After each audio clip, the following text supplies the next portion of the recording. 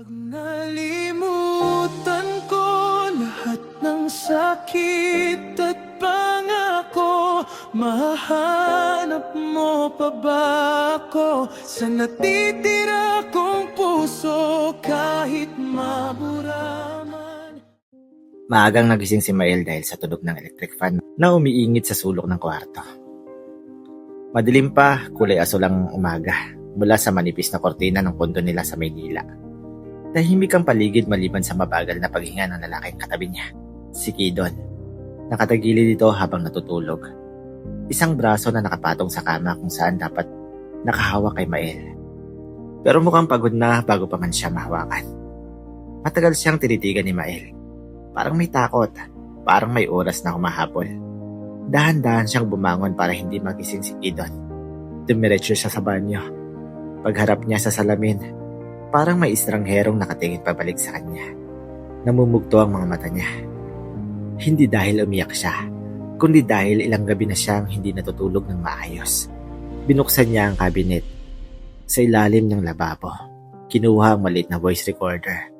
Huminga siya ng malalim. Pinindot ang record.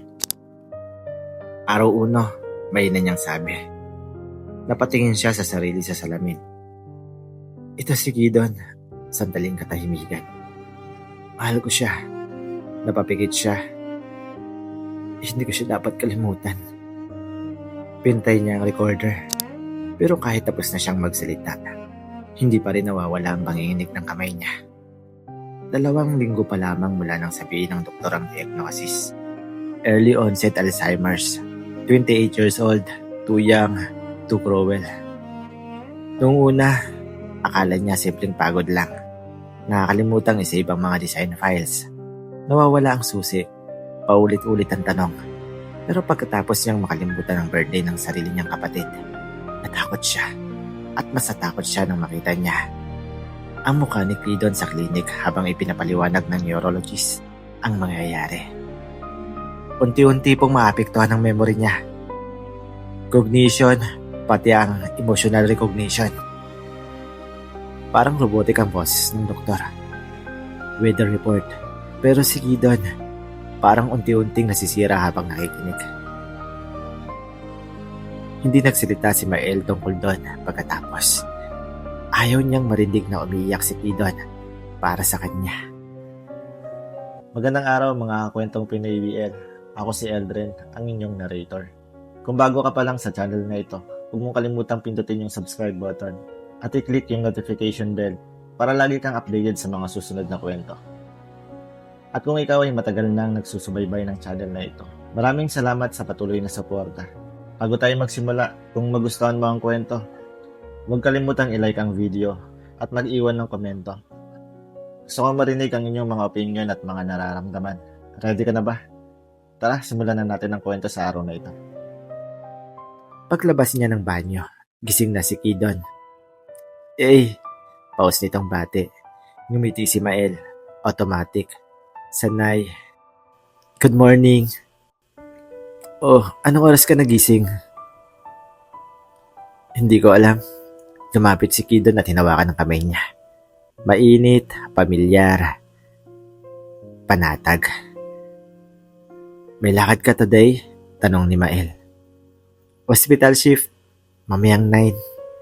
Tumangoy siya. Lumipas ang 2 minuto habang nagtitimpla si Kidon ng kape. Pagkatapos, may trabaho ka today? Napatigil si Kidon. Bahagya lang. Yeah, 9. Tahimik. Tumango si Mael na parang unang beses niya lang narinig. Hindi nagsalita si Kidon. Hindi rin siyang ngumiti. At doon unang kumirot ang dibdib ni Mael. Lumipas ang mga linggo. Dumami ang recordings. 18 araw. Favorite niyang kape ay Spanish latte. 32 araw. Kapag hindi makatulog si Kidon, hinihimas ko yung buhok niya. 47 araw. Natatakot ako. 51 araw. Hindi ko maalala kung kumain na ba ako. 63 araw. Si Kidon ang tahanan ko. Sa bawat recording, mas lumalala ang boses niya. Mas mahina, mas kinakabahan. Minsan pinapakinggan niya agad pagkatapos sa record dahil hindi niya maalala kung ginawa niya na ba. Minsan, hindi niya maalala kung anong araw na. At minsan, nakakalimutan niya kung bakit siya umiiyak. Mael? Ano? Katatanong mo lang. Tahimik ang kondo. Nasa dining table sila. Naniga si Mael. Ha? Pang-apat mo nang tinanong kung anong oras ang shift ko. Hindi galit si Gidon. Pero pagod. Pagod na pagod. At mas pasakit yon. Sorry. Agad na sabi ni Mael. No, hey. Lumapit si Gidon. Sorry, hindi ko dapat sinabi na ganon. Pero matras si Mael. Hindi dahil galit siya. Kundi dahil nakita niya ang awa sa mata ni Gidon. At ayaw niya yun. Ayaw na ayaw niya. Hindi mo kasalanan.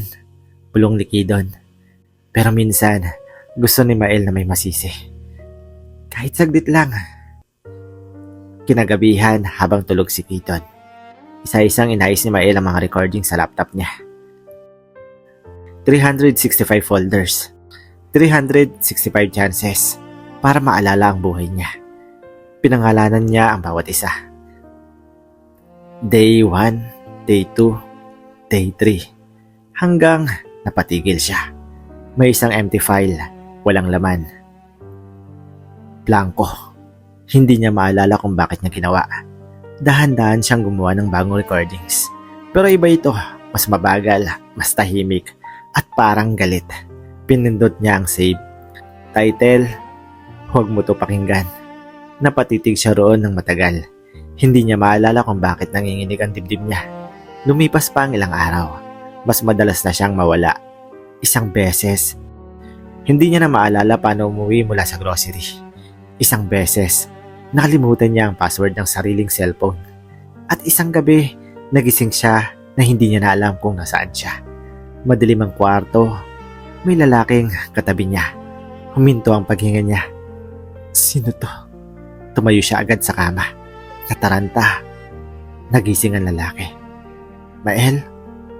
Boses, pamilyar. Pero parang malayo. Hey, ako to. Hindi makasagot si Mael. Tinitigan lang niya ang mukha ng lalaki. Habang sinusubukang hanapin sa isip niya kung sino ito. At pagkatapos ng 3 segundo, bumalik. Parang kidlat. Gidon. Halos mawala ng lakas ang tuhod niya. Agad siyang niyakap ni Gidon. Mahigpit. Takot na takot. At habang yakap siya nito, napansin ni Mael. Umiiyak si Gidon ng tahimik.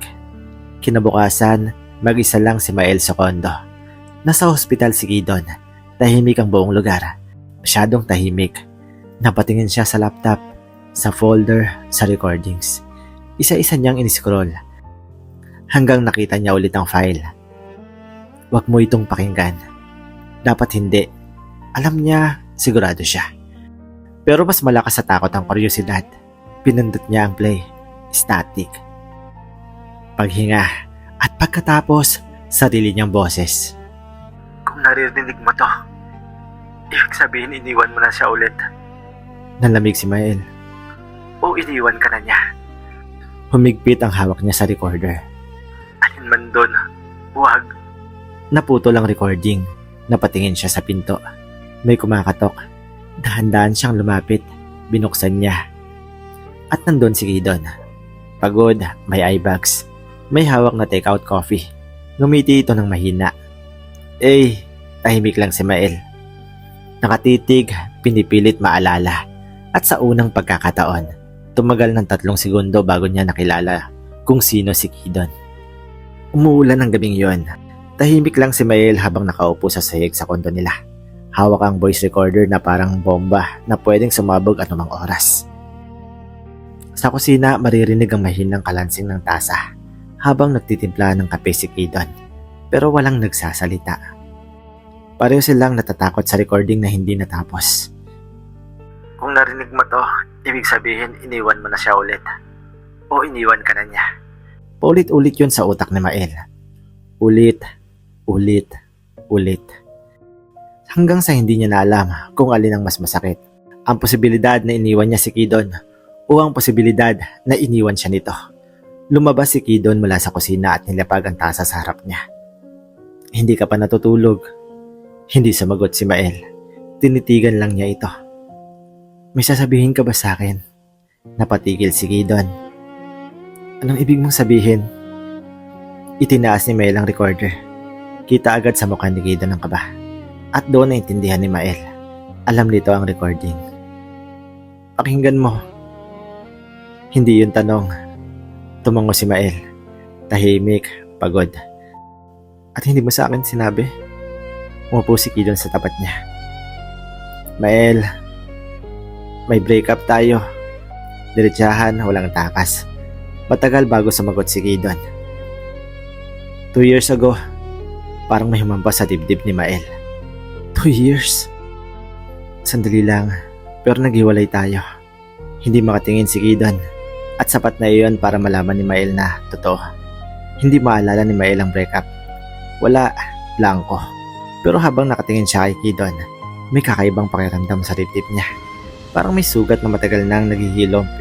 Pero tuwing gagalawin, sasakit ulit. Bakit? Mahina ang tanong niya. Hindi agad sumagot si Kidon. Kasi paano mo ipapaliwanag ang dahan-dahang pagkasira ng dalawang taong mahal ang isa't isa? Paano mo sasabihin na walang nagtaksil? Pero pareho pa rin nasasaktan. Ako yung may kasalanan, sabi ni Kidon. Agad, diretso. Pero umiling si Mael. Hindi ganun kasimple yun. Napatingin si Kidon sa kanya. At saglit nakita niya ang dating Mael. Yung Mael na laging naunawa ang lahat, kahit siya ang nauubos. Kinabukasan, habang nasa ospital si Kidon, mag-isa si Mael sa kondo. Nakabukas ang laptop. Recording folders. Day 01 hanggang day 250. Hindi niya alam kung bakit dito siya huminto. Pinindot niya ang play. Static at pagkatapos, may hina niyang boses. Liam. Napatigil siya. Liam? Lumang pangalan. Lumang habit. Mabilis niyang nirecord noon bago pa nila napalitan ang codename nila sa isa't isa. Napapikit si Mael. Alam ko andito ka, sabi ng dating siya sa recording. Pero bakit parang hindi ka na masaya? Tahimik ang buong kondo. Parang kahit electric fan tumigil. Kapag tumatawa ka, parang pagod. May hinang tawa sa recording. At kapag niyayakap mo ko, parang may oras ka lang. Napahawak si Mael sa bibig niya. Narinig niya ang sarili niyang umiiyak sa recording. Miss na kita ha? Kahit magkatabi tayo araw-araw.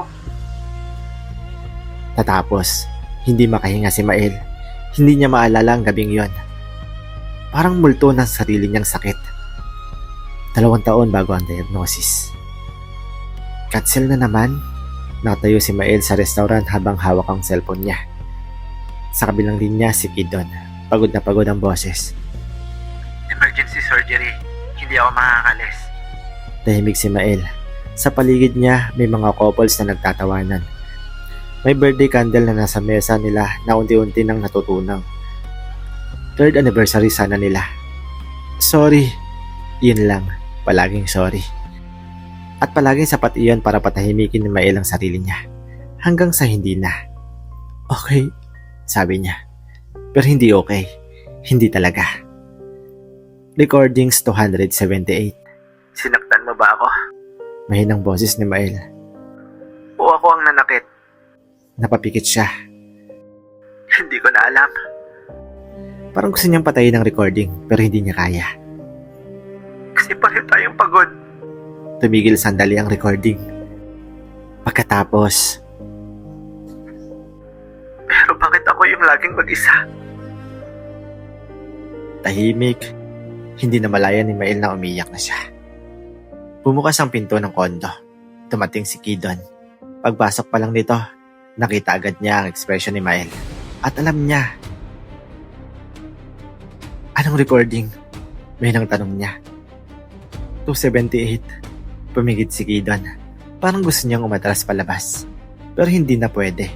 Hindi na sila pwedeng tumakas ngayon. Lumapit siya kay Mael. Hindi kita niloko. Hindi ko sinabing niloko mo ko. Pero nasaktan pa rin ako. Diretsahan, walang galit. At masakit yon. Kasi totoo, umupo si Kidon sa tabi niya. Hindi ko alam kung paano pagsabayin ang lahat noon. O ako. Napatingin si Kidon. Hindi mo rin ako kinaya. Tahimik at sa katahimigang yon, parehong umamin ang mga mata nila. Tama siya, mahal nila ang isa't isa. Pero minsan hindi sapat ang pagmamahal. Gabing-gabi na nang makarating sila sa recording 365. Pareho silang tahimik habang nakaupo sa kama. Parang execution. Huminga ng malalim si Mael bago pindutin ang play. Static, mas malinaw ang boses niya. Mas kalmado at mas nakakatakot. Kidon, kung maririnig mo to. Napahigpit agad ang hawak ni Kidon sa kumot. Ibig sabihin, ako yung nagbalik. Tumulo agad ang luha ni Mael. At malamang, masaya ako ngayon. Hindi ko matandaan kung bakit tayo nagkahiwalay. Napapikit si Kidon. At baka hindi ko na yun malalaman ulit. Parang unti-unting nawala ng hangin sa kwarto. Pero Kidon, mahinang paghinga. Kung mali kitang minahal na hindi alam ang sakit. Hindi nakagalaw si Kidon. Sigurado ka bang gusto mo yun? Tahimik. O ginamit mo lang ang sakit ko para burahin ang kasalanan mo? Natapos ang recording. Walang gumalaw, walang nagsalita. At sa unang pagkakataon, simula nang magkasakit si Mael. Hindi alam ni Kidon kung paano siya hahawakan. Dahil baka tama ang dating Mael. Baka selfish siya. Baka kaya siya nananatili. Kasi mas madaling mahalin ng taong hindi naalala kung paano niya sinaktan.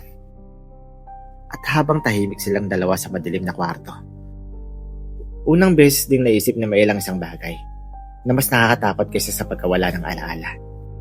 Paano kung may dahilan kaya niya nakakalimutan? Anong favorite color ko? Tahimik ang kwarto. Napatigil si Kidon habang nagtitimpla ng oatmeal sa kusina. Dahan-dahan siyang lumingon kay Mael. Ano?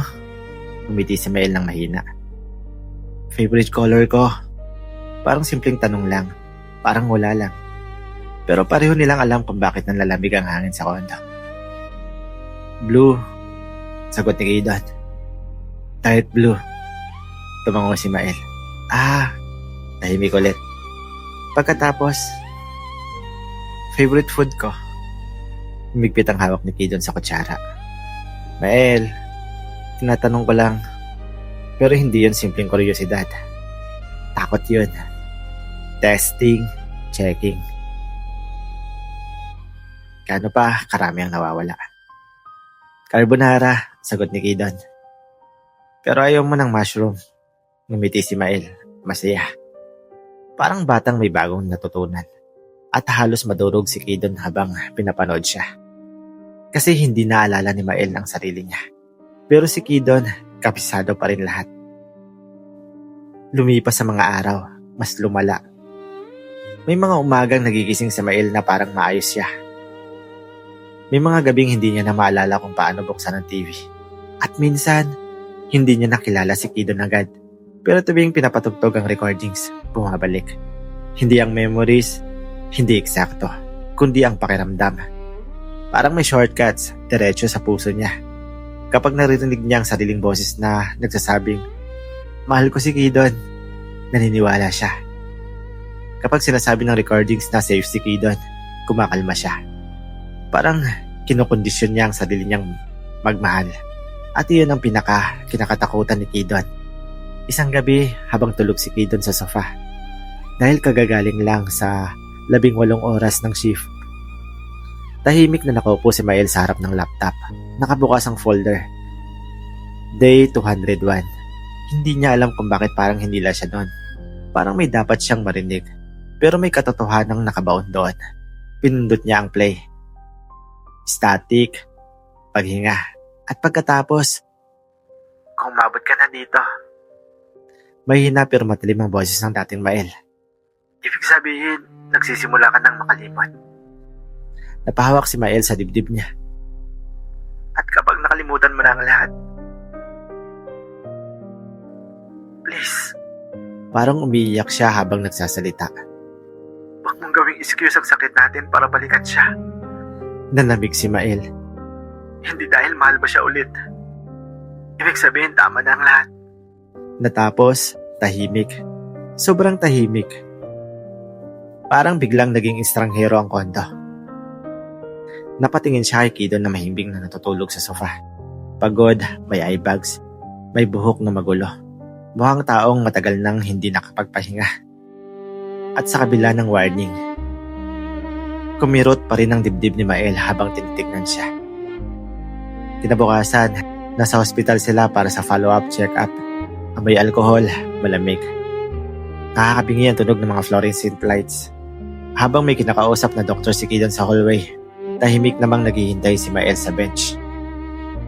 Paulit-ulit niyang iniikot ang voice recorder sa kamay niya. Napansin iyon ng isang nurse. Ang dami niyo pong recording, sir. Napatingin si Mael. Umiti ang nurse. Parang diary.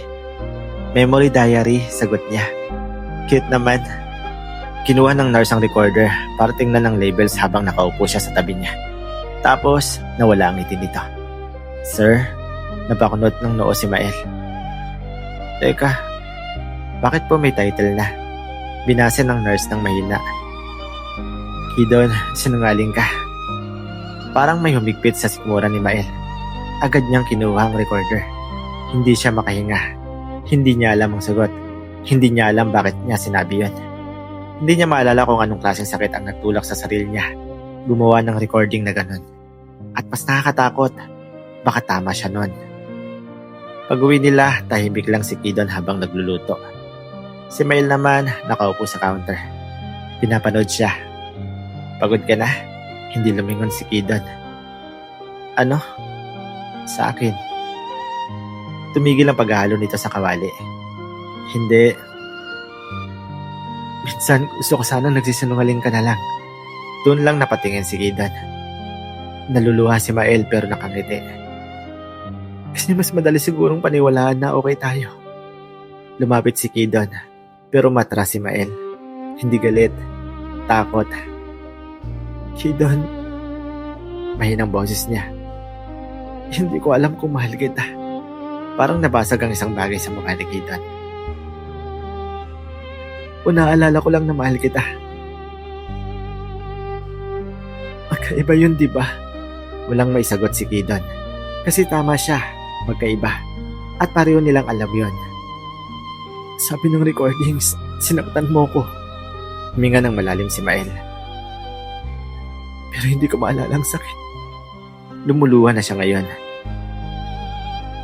Aramdam ko mahal kita ngayon. Pero kung alam mo lang lahat, napatingin siya ng direkta kay Kidon. Mamahalin pa rin ba kita? Hindi sumagot si Kidon. Hindi dahil ayaw niya, kundi dahil hindi niya alam. At sa unang pagkakataon, simula nang bumalik sila sa isa't isa. Hindi si Kidon ang may kontrol. Si Mael na. Dahan-dahan niyang inilapag ang recording sa mesa. Titigil mo na ako. Nanlamig si Kidon. Ano? Sa recordings. Parang nawalan ng kulay ang mukha ni Kidon. Mael, hindi magandang idea yan. Hindi ko na alam kung anong totoo. Tumayo siya at kahit nanginginig, diretso ang tingin niya. Kung mahal pa rin kita. Mahina ang boses niya. Gusto kong manggaling sa akin. Lumapit si Kidon, desperado. At kung makakalimutan ko, namasa ang mata ni Mael. Then maybe, napangiti siya ng malungkot. That means I was supposed to. Parang sinaksak si Kidon sa dibdib. Pero hindi siya pumigil. Kasi alam niyang wala na siyang karapatang kontrolin kung paano aalalahanin siya ni Mael. At kung aalalahanin pa ba siya nito. Huminga ng malalim si Mael. 1 linggo walang recordings. Kinuha niya ang lahat ng voice recorders. Sinara sa kahon. At habang pinapanood siya ni Kidon, pareho nilang alam na may posibilidad na pagkatapos ng 7 araw, baka tuluyan na siyang mawala. Tahimik ang umaga, walang voice recordings, walang sariling boses si Mael na nagpapaalala kung sino si Kidon. Walang mahal ko siya, walang hindi ko siya dapat kalimutan. At nakakagulat. Parang mas magaang huminga. Nagising si Mael na walang kaba. Walang pressure na piliting tandaan ng lahat. Nakaupo siya sa balkoni habang umiinom ng kape nang lumabas si Kidon mula sa kusina. Ayos ka lang? Napatingin si Mael. Ngumiti. Oo. Simple, natural. At doon unang natakot si Kidon. Kasi ang gaan ng ngiti ni Mael na wala ng recordings. Parang taong hindi na kumakapit sa kahit ano. Ikalawang araw. Ilaan ako, tumangulang si Mael habang nanonood ng lumang cartoon sa TV. Hindi na siya nagtatanong kung anong oras uuwi si Kidon. Hindi na rin niya inuulit ang mga tanong. Pero may mali. Parang unti-unting nawawala ang urgency ni Kidon sa mundo niya. Hindi na sentro, hindi na angkor. Pagbalik ni Kidon galing sa ospital, nadatan niyang tulog si Mael sa sofa. May sketchbook sa kandungan, may drawing.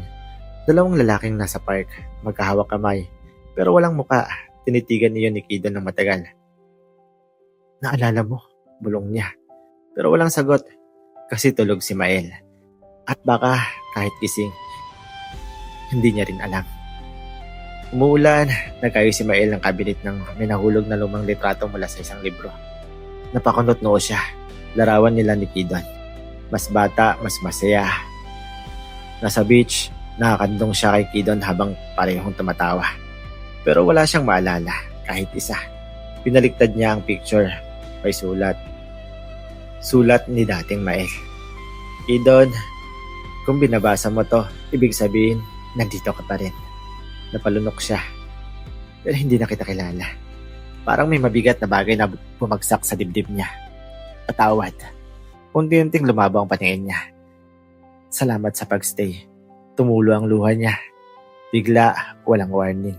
Napahawak siya sa dibdib niya habang umiiyak. At mas nakakatakot. Hindi niya alam kung bakit. Hindi niya maalala ang memorya. Pero naalala ng katawan niya ang lungkot. Day 4. Sir, bayad niyo po. Napatigil si Mael sa cashier. Blanco utak niya. Bakit siya nandito? Anong ibig sabihin niya? Bakit may basket siya? Nagsimula siyang kabahan. Humigpit ang paghinga niya. Biglang may kamay na dahan-dahang kumuha ng basket mula sa kanya. It's okay. Si Kidon, tahimik lang. Kalma, parang sanay na. Ako na. Hindi nagsalita si Mael habang palabas sila ng grocery. Pagdating sa parking lot, doon lang siya nagsalita. Pasensya na, umiling si Kidon. Wala kang kasalanan. Pero nakalimutan ko na lahat. Mahina ang boses niya. At mas mahina ang sumunod. Pati ikaw. Parang may kung anong nabasag sa loob ni Kidon. Pero ngumiti pa rin siya. Kahit masakit. Kahit ako minsan nakakalimutan ko sarili ko. Napatawa si Mael ng bahagya.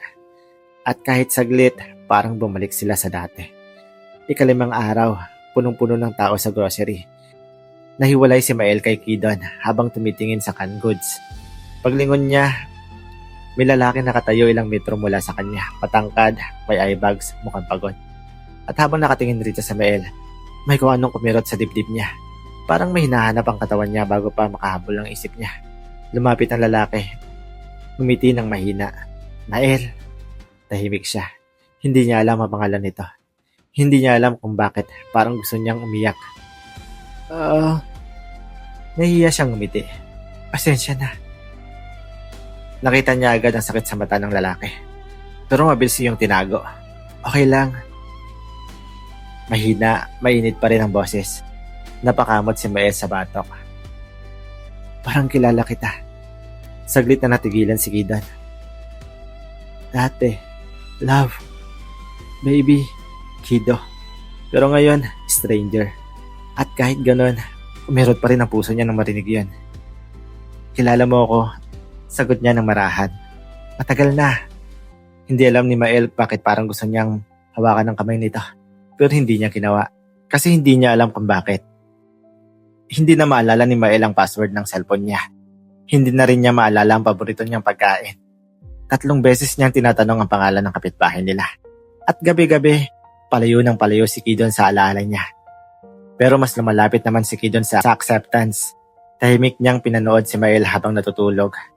Parang nagluluksa sa taong buhay pa. Ikapitong araw, huling gabi, nasa closet pa rin ang kahon ng recordings. Hindi yun ginalaw ni Mael ng buong linggo. Tahimik ang kondo, madilim, mahimbing ang tulog ni Mael sa kama. Dahan-dahang pumasok si Kidon sa kwarto. Hindi siya nagsalita, hindi siya nagpaalam. Umupo lang siya sa tabi ng kama. Pinapanood si Mael, humihinga. At doon niya na-realize, ito na siguro ang pinakamatinding klase ng pagmamahal. Yung alam mong mawawala ka sa taong mahal mo, pero pinipili mo pa rin manatili. Dahan-dahan niyang hinaplos ang buhok ni Mael. Mahal kita, bulong niya. Basag ang boses. At alam kong hindi mo na ito matatandaan bukas. Tumulo ang luha niya. Pero okay lang, napapikit siya. Kasi ako, napangiti siya kahit umiiyak. Hindi kita makakalimutan. Unti-unting bumukas ang mata ni Mael. Nalilitong napatingin siya kay Kidon. Tahimik, pagod, walang maalaala. Sino ka? Huminto ang mundo ni Kidon. Pero hindi siya umiyak. Hindi na. Ngumiti lang siya ng mahina. Ako si Kidon. At dati, halos mawalan siya ng boses. Mahal mo ko. Tahimik si Mael. Tinitigan lang siya. Parang sinusubukang maramdaman kung may natitira pa. At pagkatapos, mahina niyang tanong. Mahal pa rin ba kita? Napapikit si Kidon. Kahit hindi niya alam kung may karapatan pa siyang sagutin yan. Maagang nagising si Mael. Tahimik ang kwarto. Mahina ang sikat ng araw na dumadaan sa kortina. May amoy ng bagong lutong lugaw mula sa kusina. Napakurap siya. May katabi siyang lalaki. Napatigil siya. Pero hindi nagpanik, hindi natakot. Nalito lang. Dahan-dahan siyang umupo sa kama habang tinititigan ng estrangherong natutulog sa tabi niya. Matangkad, mukhang pagod. Parang matagal nang hindi natutulog ng maayos. At kahit hindi niya ito kilala, may kakaibang lungkot agad siyang naramdaman habang nakatingin dito. Excuse me.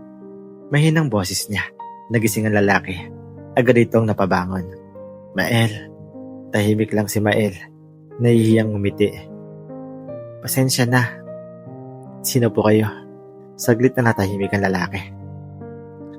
Pero hindi siya nasorpresa. Hindi na tulad ng dati. Sanay na siya. At iyon ang pinakamalungkot. Umiti ito ng mahina. Ako si Kidon. Maingat ang boses nito. Kaibigan mo ako. Tumango si Mael. Tahimik ulit. Bakit nandito ka? Huminga ng malalim si Kidon. Kasi inalagaan kita. Bakit? Napakurap si Kidon. Parang may libong sagot. Pero wala ni isa ang pwedeng sabihin. Hindi niya pwedeng sabihin dahil ikaw ang pinakamahalagang tao sa buhay ko. Hindi niya pwedeng sabihin dahil ikaw ang taong paulit-ulit kong pinipiling kalimutan. Kaya ngumiti na lang siya. Kasi minsan, may niyang sabi, nangako ako na alagaan din kita. Hindi nagtanong si Mael. Parang sapat na iyon para paniwalaan niya. Lumipas ang mga buwan, unti-unting lumiit ang mundo ni Mael. May mga araw na malinaw siya. May mga araw na hindi niya alam kung anong taon na. May mga araw na hindi niya maalala paano magsuot ng polo. At sa bawat araw, nandyan si Kidon. Hindi bilang boyfriend. Hindi na. Kundi bilang tao na piniling manatili kahit wala nang kasiguraduhan. Anong pangalan mo ulit? Kidon. Sorry. It's okay. Paulit-ulit, araw-araw. Pero hindi nagagalit si Kidon. Hindi rin siya umiiyak sa harap ni Mael. Natuto siyang magluksa ng tahimik. Bukas ba tayo? Napatingin si Kidon mula sa kusina. Ano? Yung coffee shop. Napangiti ng bahagya. 3 taon dati, nagtayo tayo ng maliit na cafe. Cafinero online. Hindi na alala ni Mael yun ngayon. Pero minsan, may pirasong instinct na bumabalik. Hindi na, sagot ni Kidon. Tahimik. Pagkatapos, sayang. At hindi alam ni Kidon kung alin ang mas masakit. Yung nakalimutan ni Mael ang cafe. O yung nakalimutan nito ang pangarap nilang dalawa. Isang gabi, hindi makatulog si Mael. Tahimik lang siyang nakaupo sa sala habang umuulan sa labas. Lumapit si Kidon, dala ang kumot. Malamig. Dahan-dahan niyang binalot si Mael. Tahimik lang si Mael habang nakatingin sa ulan. Pagkatapos, alam mo, napatingin si Kidon. Hindi kita kilala. Parang kutsilyong paulit-ulit na bumabaon. Pero ngumiti lang siya. Okay lang. Pero, nagugulaan si Mael habang hawak ang dibdib niya. Parang gusto kitang kasama palagi. Tumigil ang paghinga ni Kidon. At sa unang pagkakataon sa loob ng maraming buwan, hindi niya napigilan. Tumulo ang luha niya. Mabilis niya yung pinunasan, pero nakita ni Mael. Oy, mahina niyang sabi. Bakit ka umiiyak? Napatawa si Kidon habang umiiyak. Wala. Pero meron. Sobrang dami. Kasi kahit burado na lahat, may parte pa rin kay Mael na bumabalik sa kanya. Hindi bilang alaala, kundi bilang pakiramdam. At baka yun ang pinakatotoong klase ng pagmamahal. Mas lumalala ang kondisyon ni Mael pagdaan ng panahon. Hindi na siya halos nakakalagat mag-isa. Hindi na rin siya makakain minsan ng walang tulong. At isang madaling araw, habang tahimik ang ospital, mahigpit na hawak ni Kidon ang kamay niya. Mahina na ang paghinga ni Mael. Pagod na ang katawan niya. Dahan-dahan siyang dumilat. Malabo na ang mata niya. Pero nang makita niya si Kidon, umiti siya. Maliit, mahina, parang bata. Salamat. Halos bulong lang. Nanlabo ang paningin ni Kidon. Para saan? Patagal sumagot si Mael. Parang hinahanapan niya ang salita. Hindi ko maalala. May ilang tawa. Pero alam kong mabait ka sa akin. At doon tuluyang nabasag si Kidon. Yumuko siya habang umiiyak sa gilid ng kama. Kasi pagkatapos ng lahat, iyon pa rin ang natira. Kabaitan, pagmamahal, presensya. Hindi ang memorya. Hindi labels. Hindi kahit anong dramatic confession. Kundi simpleng pananatili. At bago sumikat ang araw, tahimik na nawala si Mael.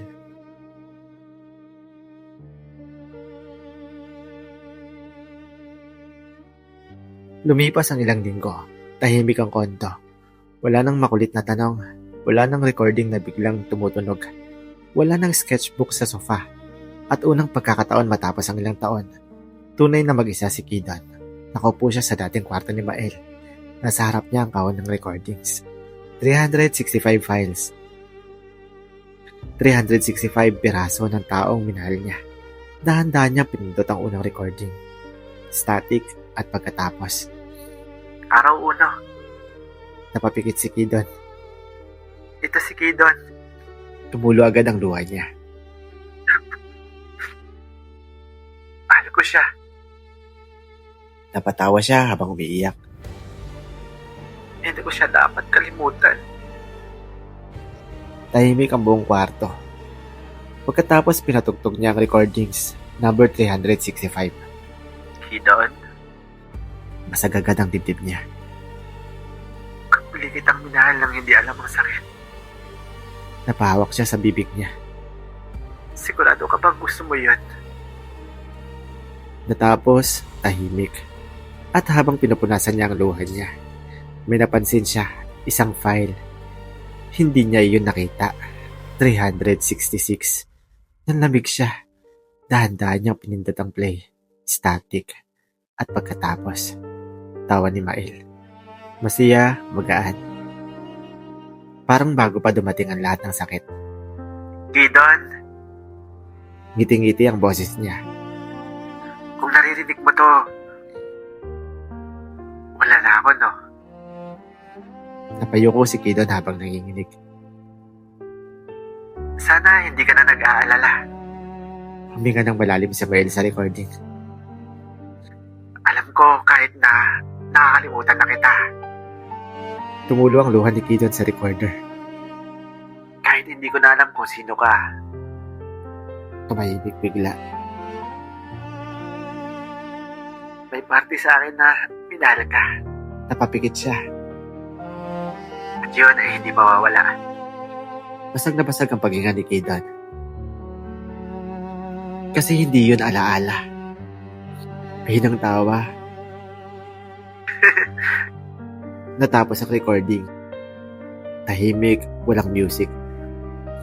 Walang dramatic speech. Si Kidon lang. Umiyak mag-isa sa kwartong minsang puno ng taong hindi niya tinigilang mahalin.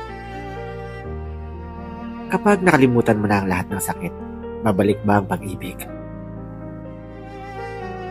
Hindi na kailangan kasi hindi naman ito umalis.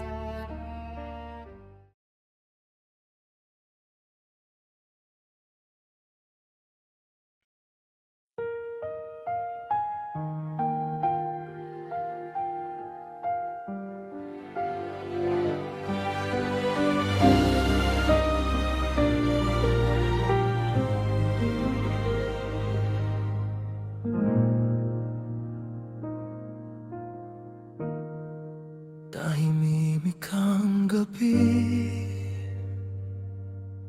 pero ikaw ang naririnig sa pagitan ng ulan at ng paghinga kong bitin. Unti-unting nawawala mga pangalang hawak ko, pero bakit sa puso ko ikaw pa rin ang totoo? Kung bukas ay hindi na kita maalala, pipiliin pa rin bang manatili ka?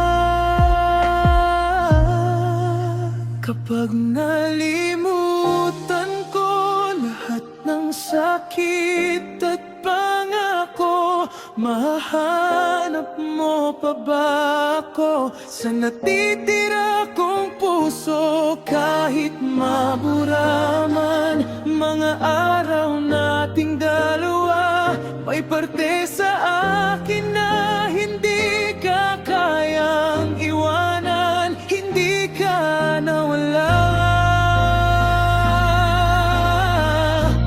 Kahit nawala ako, may mga litrato na hindi ko na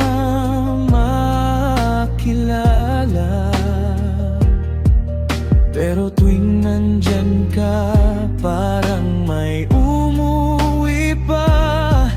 Hinahanap ng kamay ko iyong init ng palad mo. Kahit isip ko'y ikaw pa rin ang pahinga ko. At kung isang araw maging ekstranghero ka sa'kin, sana maalala mong minsan naging mundo kita. Kapag nalimutan ko lahat ng sakit at pangako, mahahanap mo pa ba ako sa natitira kong puso? Kahit mabura man mga araw nating dalawa, may parte sa akin na hindi ka kayang iwanan, hindi ka nawala. Kahit nawala ako, hindi man maalala ng isip na minahal kita, naalala pa rin ang puso kung saan